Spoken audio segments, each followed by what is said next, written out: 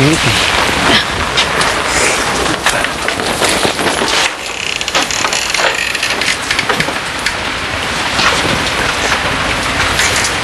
Galit ka ba sa akin?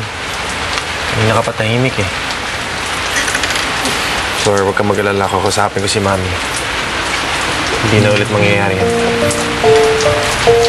Promise. Sepe, huwag ka na mangako dahil hindi mo naman hawak ng utak ng nanay mo eh. Tsaka, hindi naman ako galit sa'yo eh. Sa akin lang, siguro umalis na lang ako sa hotel. Mahirap kasing kalimutan yung ginawa ng mami mo eh. Pamilya ko yung inilapusta niya. Mabuti sana kung ako lang. Sakit man, pero matitiis ko yun. Kaya kong tanggapin yun. Pero pag pamilya ko, hindi ko kasi mapapalampas eh. Kaya nga nandito ako, Flor, diba? Para humingi ng tawad.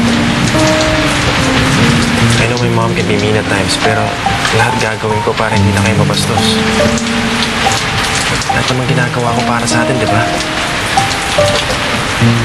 Flor, please, just trust me on this, okay? Ako na bahala.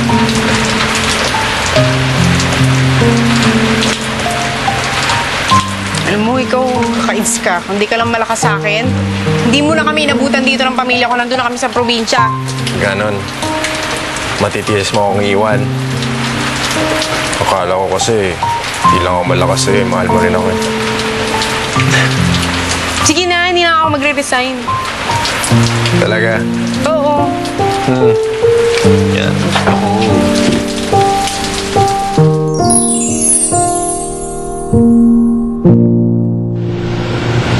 Long time no si ma'am. Shut up. Dahil mong salita. Trabaho ang pinunta ko rito. Ito. Andyan yung down payment. Ang address, at ang mga pangalan, at ang mga pictures ang tatakutin mo. Lilinawin ko lang. Tatakutin mo lang sila. Yes, ma'am. Gusto ko lang saan bumalik kung saan bundok silang galing. Opo, ma'am. Okay? Opo, ma'am. Tara